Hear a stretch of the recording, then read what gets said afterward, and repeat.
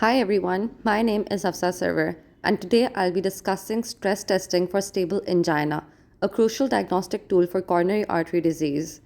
We'll go through the types of stress tests, their indications, procedures, and interpretation. Stable angina is chest pain that occurs due to reduced blood supply to the heart muscle, usually triggered by exertion or emotional stress and relieved by rest or nitroglycerine. It is usually due to coronary artery narrowing. Early diagnosis is crucial to prevent complications like heart attacks. Role of stress testing explanation.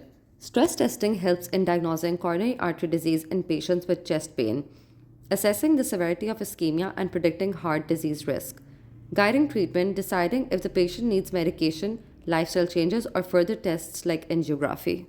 Types of stress test. Exercise stress test uses physical activity to determine ischemia. Pharmacological stress test uses medications for patients who can't exercise. Stress imaging test used when more detailed information is needed. Let's go into more detail about each of the tests. Exercise stress test. Procedure. The patient walks or runs on a treadmill while their heart rate, ECG, and blood pressure are monitored. Positive results: ST segment depression, chest pain, or arrhythmias indicate ischemia. Limitations: the test may not be suitable for elderly or physically disabled patients. For example, if a patient develops chest pain and ECG changes, it suggests underlying CAD. Pharmacologic stress test. Why it's needed. Some patients can't exercise due to arthritis, stroke, or other conditions. How it works. Dobutamine increases heart rate and contraction force. Adenosine and dipyridamole dilate coronary arteries to detect perfusion defects. It is often combined with imaging, echo, or nuclear scan to enhance accuracy. For example, a patient with severe knee arthritis might need a pharmacologic stress test instead of a treadmill test. Stress imaging modalities. Stress echocardiography uses ultrasound to check for wall motion abnormalities during stress. Myocardial perfusion imaging uses radioactive tracers to detect blood flow issues in the heart. Cardiac MRI provides high resolution imaging of myocardial perfusion and function.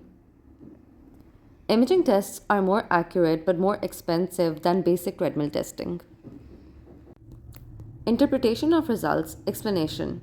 Normal test, no ECG changes, normal imaging, no symptoms. Abnormal test, ST segment depression, perfusion defects, or wall motion abnormalities. Next step, mild abnormalities may need lifestyle changes and medication, and severe abnormalities may need coronary angiography for further evaluation. For example, if a patient has significant ECG changes and perfusion defects, they may need an angiography to check for blocked arteries. Clinical applications. Importance of stress testing. It identifies patients at high risk of heart attack. It helps doctors decide between medication or interventions like stents.